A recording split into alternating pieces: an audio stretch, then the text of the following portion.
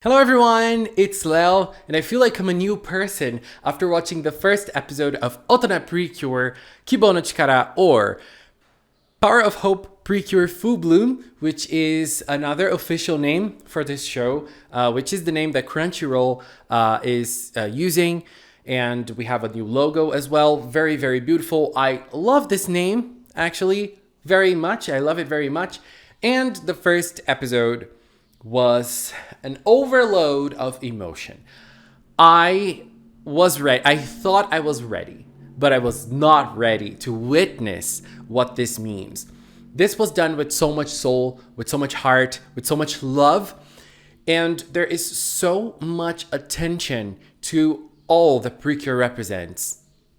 I just love it. So let's talk about this first episode. So we start the episode with kind of like a prologue of Nozomi talking about growing up and how the choices you make will define what future you're going to be in. So there are like infinite possibilities, and those possibilities will shape what your future is. No, not the possibilities. The choices you make within your possibilities will shape the future that you're going to be in. And so we start seeing what future Nozomi is in right now. She is a teacher, and she works very hard in her teaching. And I kind of think, I mean, I don't know if this prologue is going to be relevant towards the plot of the show, if we're going to have like multiverses and multiple timelines in which the girls are different things, or this is the one. And I would prefer if we don't have nothing like multiple timelines. Let's keep it with just this one, because it seems that the girls are like working towards at least what they want to be. They're not quite there yet, but they're working on it. And so we see Nozomi teaching, and we get to see like there seem to be like two overlapping themes in this show. One of them is time. And we see clocks everywhere. We see time everywhere. We see it in the opening and the ending. The girls interacting with clocks and objects that have a lot to do with time. And another theme that I was not expecting at all is the environment. So we start the episode with Nozomi doing a class on global warming. And this is very surprising because like nowadays, global warming, it's a real thing. It's happening, and we are seeing the results of it in our daily lives. But there are lots of people that still think that it's a hoax and it's just the leftists trying to destroy the economy of the world and trying to destroy the West and blah, those stupid things like that. And so global warming is political nowadays. Like talking about it is political, unfortunately, because it should have been something that we would all have to be coming together to fight for. But capitalism is stronger than anything. So, they have to make it political so that we can keep on destroying their environment for the growth of the nations. And it was surprising, and it was very nice, and it's a theme that happens and that it is constructed throughout the whole episode. We see people not caring about the environment in lots of different situations, while Nozomi teacher is talking about it to her students and is also talking about the repercussions of that in the environment of the world. That was very nice. And then we see her interacting a little bit with her classmates after the class is over. And we even see like one of the things that I found very nice, which I was saying before, it just shows how heartful this series is, which is they are, one of the kids mentioned a stream, and this stream is called Dark Night Light. And when we see them on screen, it's Kaoru and Michiru. They are the streamers. I love that. Can I say that I am like them? I'm like Kaoru and Michiru because, can I call myself a streamer?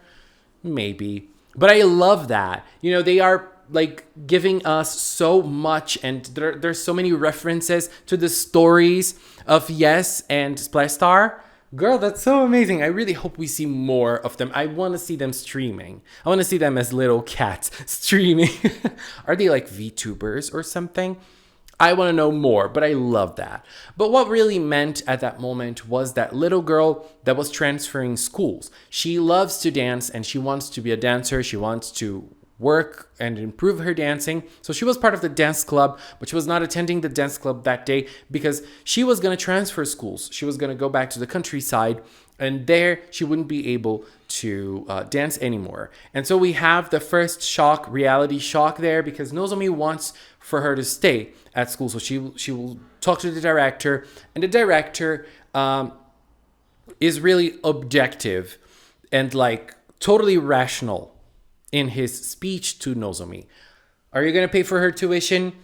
Are you going to be the one to be responsible for it? Do you have the money for it? And Nozomi's like, And Nozomi has this reality shock. And I really, really like that. Because one of the things that PreCure is known for, and the philosophy that PreCure works in most of the episodes and in most of the seasons, is work hard towards your dream. Put a lot of energy and soul and heart towards your dream, and it will work out. But when we go and live our lives and become adults, we understand that only putting your heart and soul into something is not enough. And that is a reality shock. And that we saw that happening to a girl that was a PreCure when she was a kid. And that was super, super nice. I mean, it wasn't like the idea behind it isn't nice, but it's nice to see that happening. It's nice to see that being on our screens because it's part of our reality. It's part of something that we know is true for us. And so Nozomi starts working and working out, trying to work out something for the girl. She starts to see if there are ways of getting tuition for her and for her parents that lost their job. And at the same time, we see a mysterious figure that we know is called Belle, but she hasn't been introduced by the show with a name yet. But we see her, and we see that she is related to the destruction that is happening with the environment. Things are things like pollution, things like dirt on the streets and trash on the streets are kind of like powering her, or like making her power get stronger, or calling to her. We don't exactly know. We don't know many details about that. But then we also see Rin. And I loved Rin's voice so much in this. I mean, Nozomi's voice is also great. Kudos to the voice actors. They are doing the best job ever. And we see that Rin and Nozomi kept their friendship out of all those years. And they're still friends. They still meet each other. And we see that Nozomi still has the same Nozomi ways, and Rin also has the same Rin ways as well. Nozomi almost falls down, Rin holds her, and then they start talking about their jobs and how hard things are for them. And then they go to a bar called Time. The bar is called Time. I feel like this is going to be super important lots of times in the show. And in the bar, they start talking more about their lives and about their struggles. Rin is struggling with her jewelry line. She has to create something and then it might get chosen or not. It seems that her last collection did not get chosen. And she is also struggling in her work, just like Nozomi is with the story of the little girl. The bar is run by Kenta and Yuko from Splash Star. Kenta is looking so good. What a fine man he's become. And he's very funny. And Yuko is like the serious one in the relationship. They have a little baby that is there as well. And, you know, they're a couple now. It's very cute, very adorable, and very nice. Very nice seeing those little moments and references. You know, very cute. And then on the next day, or on a future day, Nozomi goes to the house of this little girl's parent. Actually, her dad, which was someone we were already seeing in the show. And he is the one being attacked, or his energy, his dark energy, because he is going through a rough time, rough patch in his life, is being used by the villain. Let's call her the villain now. We don't exactly know if she is going to be like a villain or something, but let's call her that. And his energy is being used by her. And so she talks, and it's nice. I also loved that dialogue, because it's like Nozomi's innocence was put to test, and she saw that it was not that easy. And he was like, we're getting divorced. Our family is ruined. Are you going to save my business? What are you going to do to save my business? Because you're here talking all almighty and such, but you don't know what's going on with my life. And that's true. Like, Nozomi as a teacher, she can only do so much. There are so many things that she can't do. There are so many things that she is not going to be able to reach with her own abilities as a person or as a teacher. There are things that she cannot save. And we could be able to see that this episode, like with that dialogue. I loved it. But then we saw the little girl changing her heart a little bit, because I feel like Nozomi's trials and the way she was trying very hard to help the girl were not all for nothing. At the start of the episode, the girl was down and she was ready to give up on her dream. But after seeing Nozomi fight so hard for her, she changed her mind. In the school that she's going to, there isn't a dance club, but she is going to make one. And she is going to keep on working hard in her reality to make her dream come true. And that is because of Nozomi. And that is because of what Nozomi did for her. So yes, sometimes we can't change the reality completely, but trying hard and trying our best and giving it our heart and soul can change the reality around us just a little bit, just enough for us to keep on working towards our dreams. And so it's like, we know that the PreCure message is not absolute. We know that only working hard towards something is not enough. We know that. But it's not for nothing. It has a reason. It exists for a reason, and we acknowledge the reason here. This is something true. This is real. It can help you. It might not change your reality from one day to another, but it can help you give another step towards your dream. So I love that so much. My heart was like beating faster at that. What a powerful moment. And then we see that Rin is still practicing football. She is still working towards her dream of being a jewelry designer, but she didn't leave her football passion behind. She is still working towards it. And it's very funny because then when Nozomi and Rin meet, she talks, she sees her bag and she's like, oh, you're still practicing football. You're so amazing. You're still doing what you love apart from everything. And then we see that Nozomi is doing the same thing, but sometimes we're able to see things in others, but not in ourselves. You know, Nozomi, if you look at yourself, you will see that you are also doing amazing. And Rin was like, oh, what you were doing did not work because you're way more cheerful than before. And that means that you're sad. And I love how they both know each other very well, because Rin knows this detail about Nozomi. And I love that. And then Nozomi was like, oh, when we were PreCure, things were so much easier. And Rin says something along the lines of, yes, it's true, but we were children. And so for children, it's easier. Like, things can be easier when you're a child. It obviously depends on everyone's situations, because people go through different things and children go through different things too. But in general, I can understand what she meant. And so Nozomi was like, oh, if we change into PreCure, would I be able to help the girl in an easier way? And so she starts doing the PreCure movement, the metamorphosis movement. It did not work. That was a very lovely and funny scene. Oh my God, I love that. But I forgot to mention something important. They were talking about their transformation devices. And Nozomi shared that she put her in a treasure box, but it was not there. It disappeared. And Rin also said that hers also disappeared. So that was something that I felt is going to be very important for the show from now on. So they cannot transform, but their transformation devices don't exist anymore. And so after Nozomi tried to transform, the other girls appeared. So we see Urara appearing out of nowhere, and then we see Komachi and Karen also appearing. This scene, apart from the importance it has because the girls are meaning, there are lots of things to be said about it. So the first thing is, to me, I found it very sad actually that they kind of lost contact with each other. They barely saw each other after they graduated.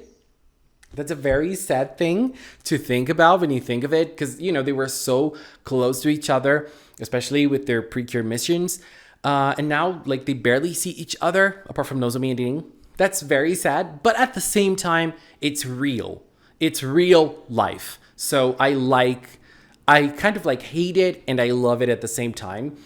And then when Karen and Komachi are walking together and they see Nozomi, I thought, okay, they were together. They were walking together. But they were not actually. They didn't even see each other. But they were right by their side. That scene was the composition of the scene was so weird. So weird. And I could, if I were to think about it, I could understand Nozomi and Ding keeping the closer friendship. Also, Komachi and Karen keeping the closer friendship. Maybe they did, but they didn't show it. I don't know. And so they were together. They were happy. And so they thought, why not go out to drink together? And so they did. So when they got to time again, the time bar again, Kurumi was there. She was complaining. And it was so funny because she was like, they cannot follow my directions. My boss can't follow my directions. I was like, girl, why do you think you're the boss? This is such a Kurumi thing to be like. I love that. So it was such a small scene, but so representative of who she is. I love that so much. So when they got together, when they saw each other, it was very impactful. And Kurumi said something that I was thinking as well.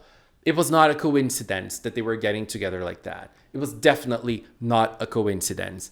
And so they were ready to get together and have a big drink, have a big party. But the episode ended. We didn't see what happened after. We're going to see it next week. And we also saw that right now, after a couple days, the shadow of that man that lost his job and lost his family has now become a full-fledged monster. And the monster looks horrible in CG. I'm sorry. But I'm saying this because I have to say the episode as a whole looked amazing. I love it. I love the visuals. It's super beautiful. The colors and the animation, everything looks super, super, super good. Apart from the CGI from that monster. It looked horrible. Oh my God. And so what I wanted to say is that definitely them joining and then getting together isn't a coincidence. It's clear there is a threat to the world happening, a magical threat to the world. Global environment is a threat and it's real. It's not a hoax. And there is a big threat happening and going on. And Belle is there behind it. And this magical threat has brought them together. There is the fact that they barely met each other. And when Nozomi called out to her PreCure chant, they appeared right at that moment. And there's also the fact that their transformation devices have disappeared. Kurumi was quick enough to understand that it wasn't a coincidence. Something was calling for them to get together, because they need them together, and I wonder what that is. Another thing is that we don't see the Splash Star girls yet, and it seems that in the next episode, we're still not going to see them. So I'm curious if they're going to participate in the battles.